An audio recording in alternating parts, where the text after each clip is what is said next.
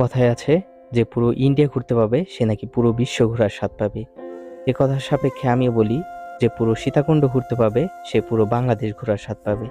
এই সীতাকুণ্ডতে কি নেই? পাহাড়, ঝর্ণা, সমুদ্র, লেক, ঐতিহাসিক স্থান, এই সব কিছুর দেখা পাবেন একটি মাত্র উপজেলা, যার নাম সীতাকুণ্ড। আর একমাত্র সীতাকুণ্ডই এমন এক জায়গা যেখান থেকে আপনি পাহাড়, ঝর্ণা, সমুদ্র সবকিছুই সবচেয়ে কম খরচে ঘুরে দেখতে পাবেন। তো চলুন আজকের এই ভিডিওটাতে সীতাকুণ্ডের আশেপাশের চমৎকার 15টি জায়গা সম্পর্কে জেনে নিব। সেই সঙ্গে আপনাদেরকে জানানোর চেষ্টা করব এই জায়গাগুলোতে কিভাবে যাবেন, কত টাকাই বা লাগতে পারে, এরকম বিস্তারিত তথ্যগুলো। ফিরছি ছোট্ট একটা ইন্ট্রোর পর। আর এই সুযোগে আপনারা ভিডিওটাতে একটা লাইক দিয়ে চ্যানেলটা সাবস্ক্রাইব করে সাথেই থাকতে পারেন। আজকের এই ভিডিওটাতে শুধুমাত্র সীতাকুণ্ড না, বরং মিরসরাই থেকে শুরু করে সীতাকুণ্ড হয়ে ভাটিয়ারি পর্যন্ত 15টিরও বেশি জায়গা সম্পর্কে জানাবো। ভিডিওটা দেখার পরে আপনিও যদি এই জায়গাগুলোর মধ্যেকার যে কোনো একটা জায়গায় যেতে চান, তাহলে ঢাকা থেকে আসুন আপনি বা চট্টগ্রাম থেকে আসুন, আপনি গাড়ির সুপারভাইজারকে আগে থেকে বলে রাখবেন যে আপনি কোন জায়গাটায় নামবেন। মানে ভিডিওতে দেখানো আজকের এই জায়গাগুলো সবগুলোই ঢাকা চট্টগ্রাম মহাসড়কের ডানে বামে একদম কাছে অবস্থিত। জাস্ট বাসে থেকে নামার পরে একটা সিএনজি রিজার্ভ করেই আপনি সেখানে চলে যেতে পারবেন। তো চলুন এক এক করে সবগুলো জায়গা সম্পর্কে জেনে নেই। ঢাকা থেকে চট্টগ্রামে আসার পথে প্রথমেই যে জায়গাটা পড়বে সেটা হচ্ছে মেলখুম গিরিপথ বা মেলখুম ট্রেইল। এই ট্রেইলটি এখন পর্যন্ত মিরসরাই সীতাকুণ্ড রেঞ্জে যতগুলো ঝিরি রয়েছে তাদের মধ্যে সবচেয়ে পরিষ্কার পরিচ্ছন্ন একটি ঝিরিপথ। এই ঝিরিপথের দুপাশে খাড়া পাহাড়ের সৌন্দর্য অনেকটা বান্দরবানের দেবতাখুমের মতো। এই অদ্ভুত সুন্দর জায়গাটাতে যেতে হলে আপনাকে ঢাকা চট্টগ্রাম মহাসড়কের বারোয়ারহাট সংলগ্ন সোনাপাহাড় বাজারে নামতে হবে এবং সেখান থেকে বাকি পথটুকু হেঁটে আপনাকে পৌঁছতে হবে। এবারে 2 নম্বরে রয়েছে মহামায়া লেক। মহামায়া লেক চট্টগ্রামের মিরসরাই অবস্থিত বাংলাদেশের অন্যতম কৃত্রিম হ্রদ। মিরসরাইয়ে দুর্গাপুর ইউনিয়নের ঠাকুরদিঘি বাজার থেকে মাত্র 2 কিলোমিটার দূরে পাহাড়ের কোলে 11 বর্গ কিলোমিটার জায়গা জুড়ে এই অপার্থিব সুন্দর লেকটি গড়ে উঠেছে। চাইলে এই অপার্থিব সুন্দর লেক আর পাহাড়ে আবৃত জায়গাটার মাঝে একটা রাত ক্যাম্পিং করে কাটিয়ে দিতে পারবেন, সেই সুব্যবস্থাও এখানে রয়েছে। মহামায়া লেকের অদূরেই রয়েছে বোয়ালিয়া ট্রেল, যেখানে বেশ কয়েকটি ঝর্ণার দেখা পাবেন।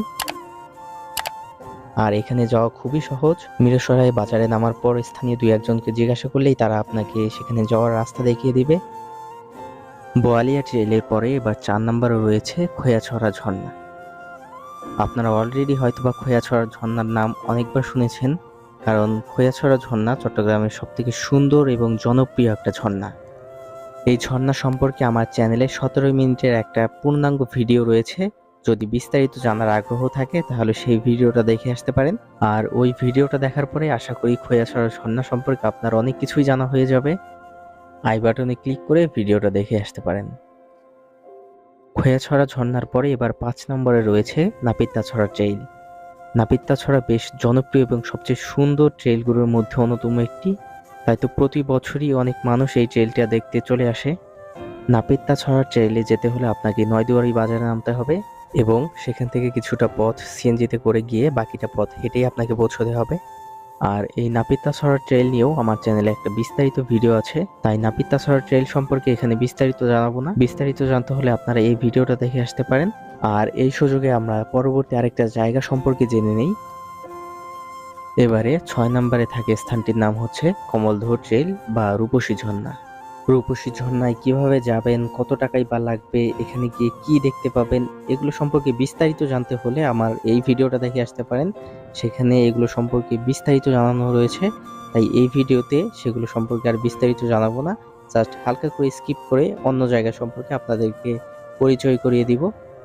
কমলদহ ট্রেল বা রূপসী ঝর্ণার পর আপনারা দেখা পাবেন সহস্রধারা 2 ঝর্ণার। আপনি যদি পাহাড়ে খুব একটা ট্রেকিং করতে পারদর্শী না হন, মানে আপনার ইচ্ছা অনেক উঁচু থেকে পানি পড়বে এরকম একটা ঝর্ণা দেখবেন, তাহলে সহস্রধারা 2 ঝর্ণার বিকল্প নেই।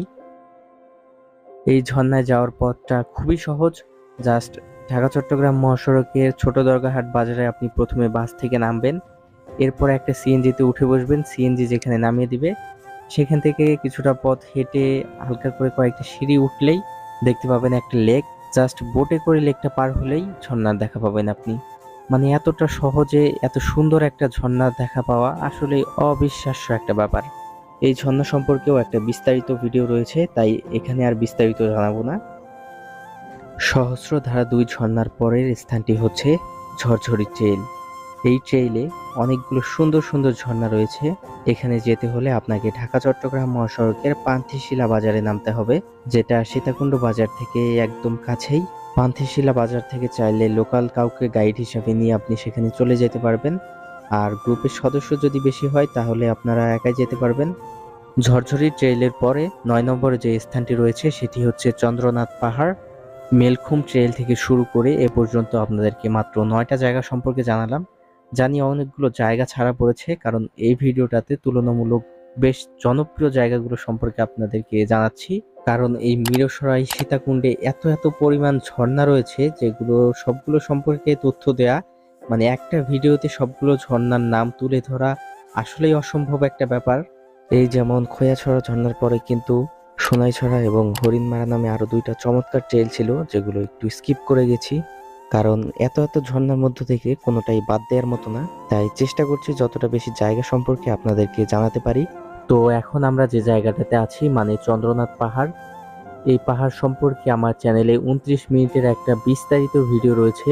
সেই ভিডিওটা দেখলে আশা করি চন্দ্রনাথ পাহাড় সম্পর্কে আপনার কোনো প্রকার কনফিউশন থাকবে না, মানে চন্দ্রনাথ পাহাড় সম্পর্কে আপনার সবকিছু প্রায় জানা হয়ে যাবে।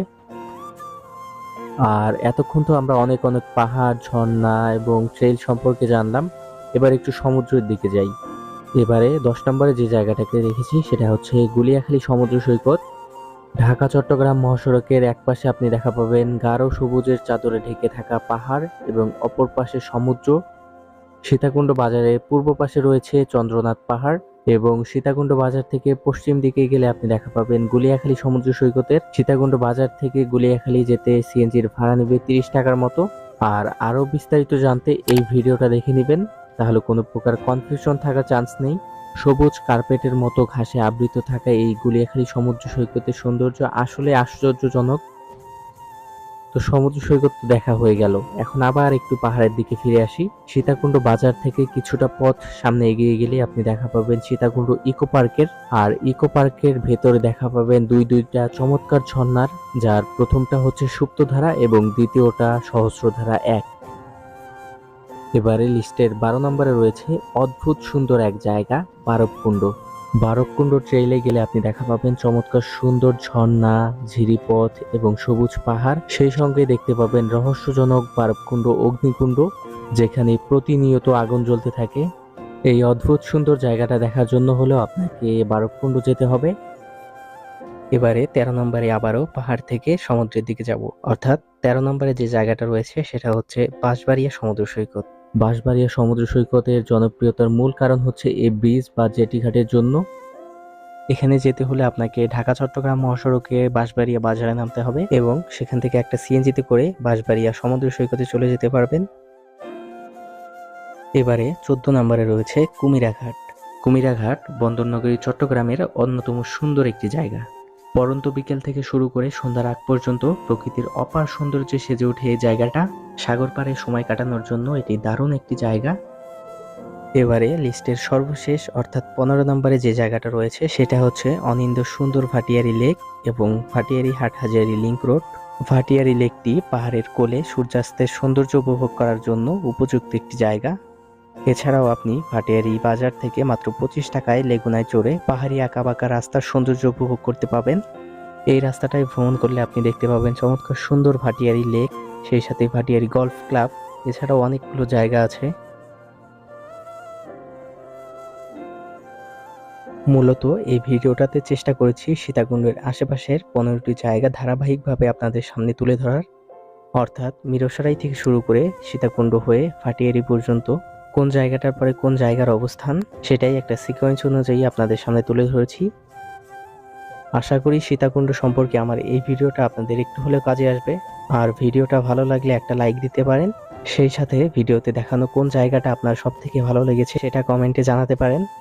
আর ঢাকা অথবা চট্টগ্রাম থেকে আপনি সীতাকুণ্ড ঘুরতে আসলে আপনার কত টাকাই বা খরচ হতে পারে এই সম্পর্কে ধারণা নিতে চাইলে ডিসক্রিপশন বক্স চেক করতে পারেন। See you soon, tata, good bye, আল্লাহ হাফেজ।